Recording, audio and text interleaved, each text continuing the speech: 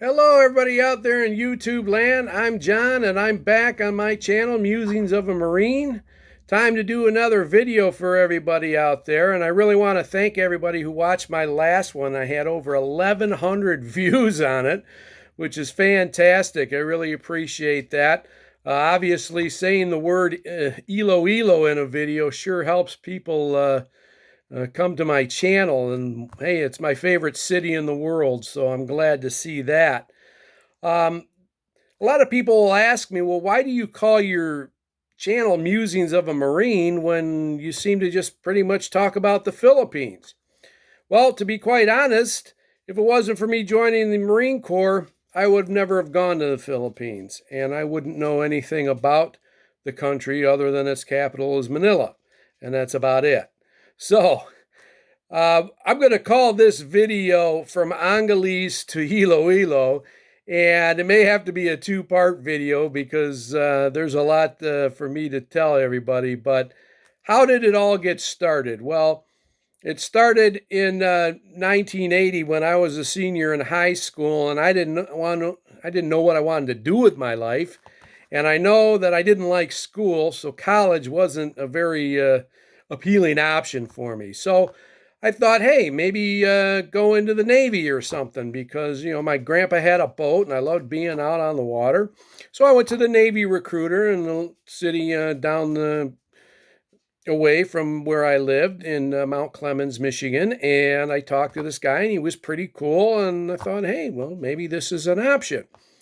Well, a few weeks later, in my hometown of Richmond, lo and behold, the Marine Corps recruiter who had his office right there in town, he calls me. And he tells me he talked to my best friend Dan and that, hey, I should come down and talk to him. And I thought, well, I got nothing to lose. And my dad's like, do you really want to join the Marine Corps? And I says, well, it won't hurt to talk to the man anyways. So I went down there and I talked to Staff Sergeant Harold Frank. And what a great storyteller he turned out to be. A good recruiter, local guy. He grew up in the area, so I felt more that I could trust him and had a nice visit with him. But I told him, I want to be honest, hey, I'm thinking about joining the Navy too. So I wanted to go back to the Navy recruiting office one more time, and I did. But it was a different recruiter this time, and he wasn't very good at his job, kind of a quiet, laid back kind of guy by the name of Julian Noel. And all he could talk about was getting me to go down to Detroit and take my physical so I could join up. Well, it didn't occur to me till a few years later that Julian was a Filipino guy. And you would have thought maybe he could tell me some stories about his time in the Navy, but apparently he wasn't very good at it, maybe just too soft-spoken of a guy. So I go back to Staff Sergeant Frank and we talk some more. And of course, he's telling me stories about the Philippines from when he visited there during his time in Vietnam. And ultimately, I join up. So after high school, off to basic training and my schooling in 29 Palms, California, and then I end up at Camp Pendleton, California, right on the coast of the Pacific Ocean. Sounds great, right? But other than the beach, I really didn't like it very, very much. And when the opportunity came for me to go over to Okinawa, because we had a sister squadron over there, and we were required to serve 1 year over there. So I said, yeah, I'll go over there. Some of my friends were going already, and I thought it'd be pretty cool. So off I went to Okinawa. Now, what I also knew was that by going over there, I'd have a chance to visit the Philippines, because obviously some guys in my squadron in California had already been there, and they had some pretty cool stories to tell. Our squadron over there in Okinawa had a detachment in Cuby Point Naval Air Station there right near Subic City. So I go to Okinawa and I end up extending the year because they went easier on us over there, and most of my buddies were extending too. And it's a good thing I did because I never had the opportunity really to go to the Philippines in that first year. you had to have a certain specialty to go to QB Point Naval Air Station, and I was not in that section of the squadron. So what prompted me to finally go to the Philippines?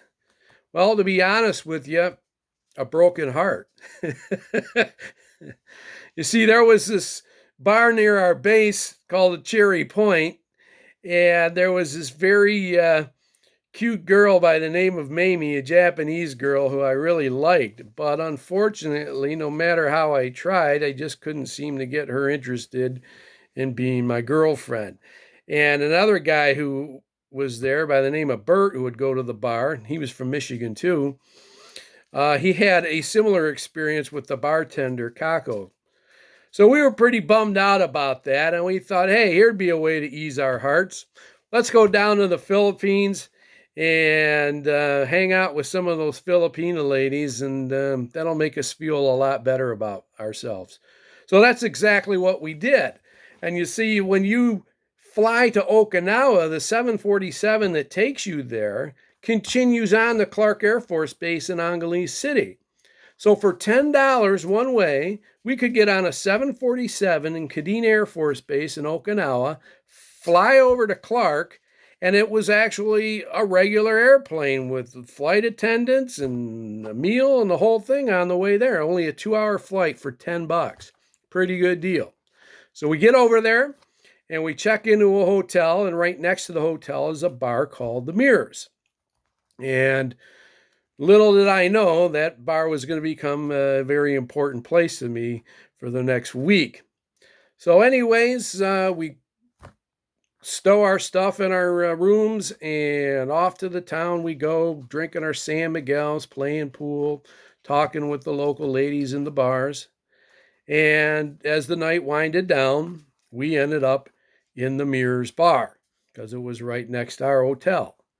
And I'm watching this young lady dancing on the stage in her bikini, as that's what all the dancers did in these bars, right there on Fields Avenue, if anybody's familiar with that place. And lo and behold, she gets done with her dance number and plops right down on my lap. And that's how I met Myra Sullivan. And she wasn't shy like some of the ladies there. She was a local lady, knew how things went down in Angeles, and it was very nice for me to hook up with her for the week, because there's a couple things you learn about being over there. Number one, you don't want to be messing around with all kinds of different women because they get jealous. Hey, they're hoping maybe you could become their husband someday and they could get out of the poverty. But also, you get it back because they look out for you. There's certain places you don't want to go where you could get in trouble, get beat up, get robbed, stuff like that.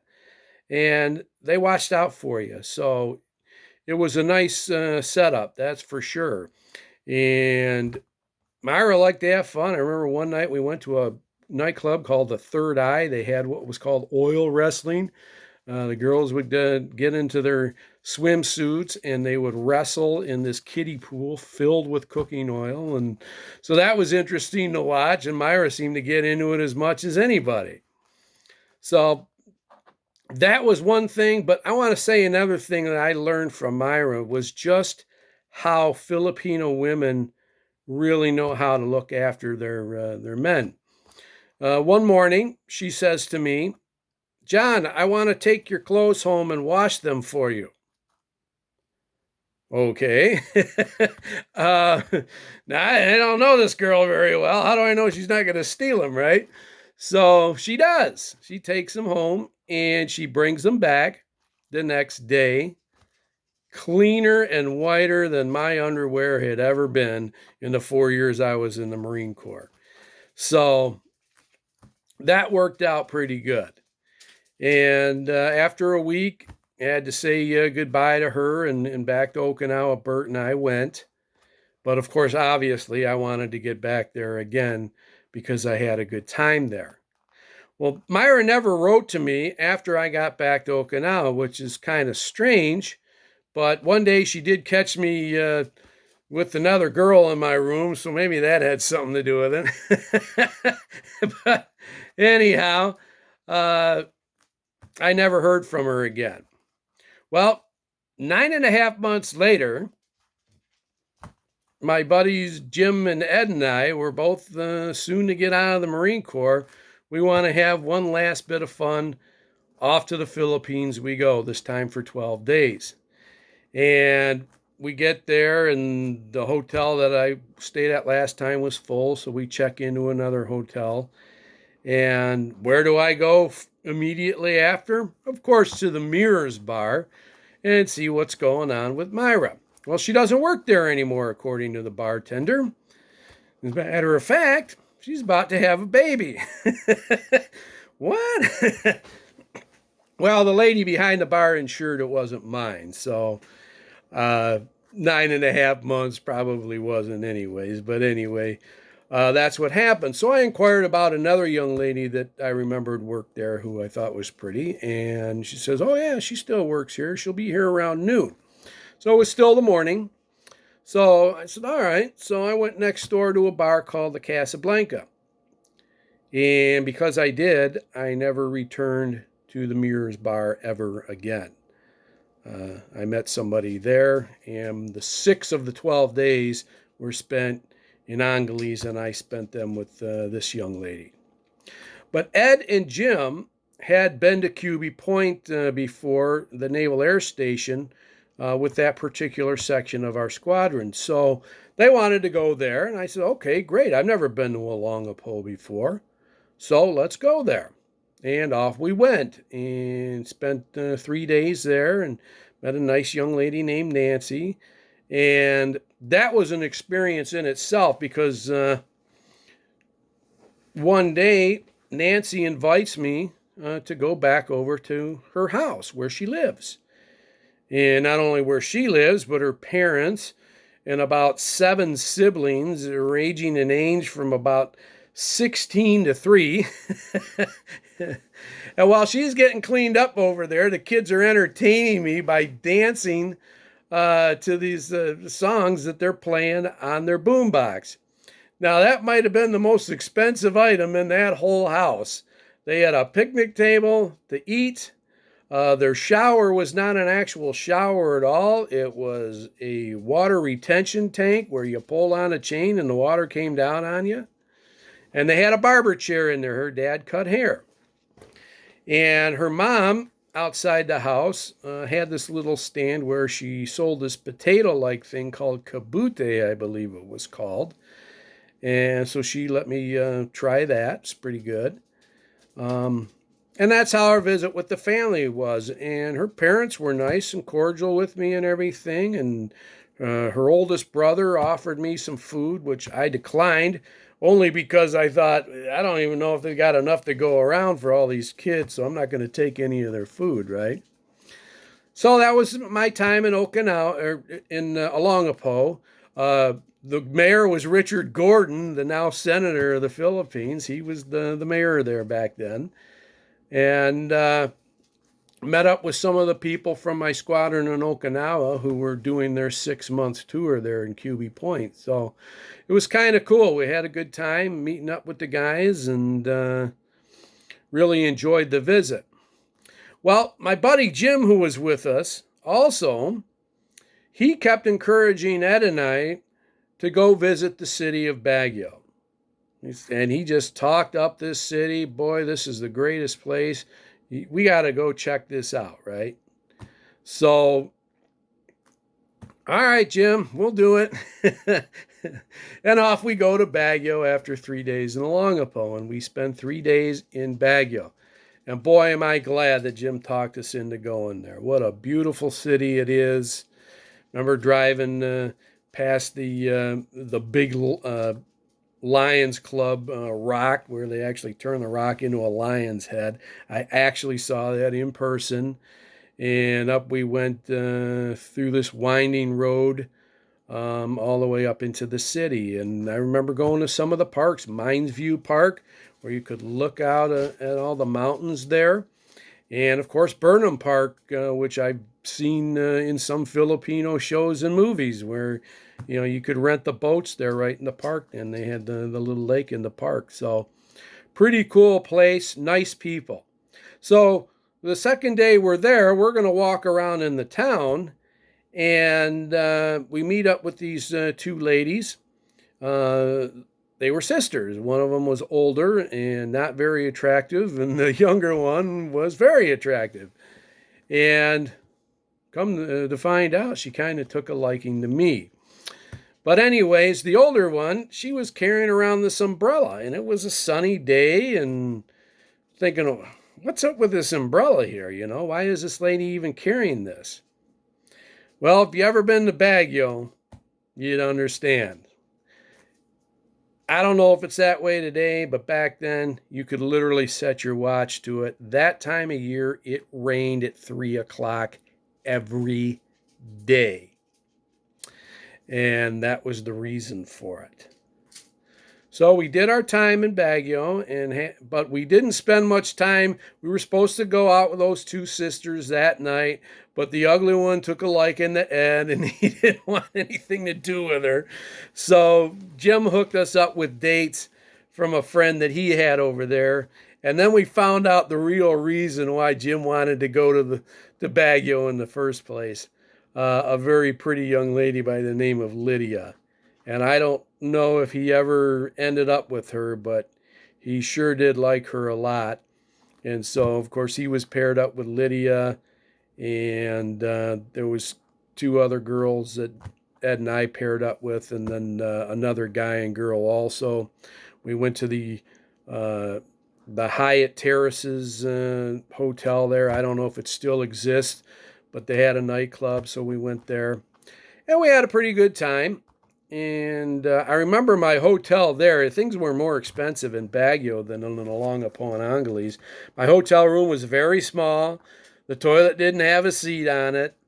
And as much as I enjoyed the city, after we went and saw everything that we wanted to see, we went to Camp John Hay the first day and did some bowling in the bowling alley, and watched Jim hit some golf balls at the driving range there at the golf course. So that's what happened there.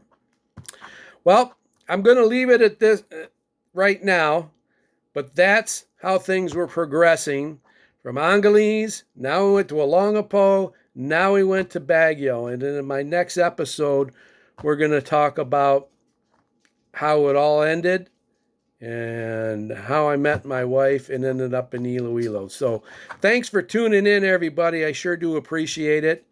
Take care. Semper Fi. And also, today is July 3rd. Tomorrow is July 4th. Happy Independence Day to all my fellow Americans, and also happy Filipino-American Friendship Day, which is also what July 4th is. Take care, everyone.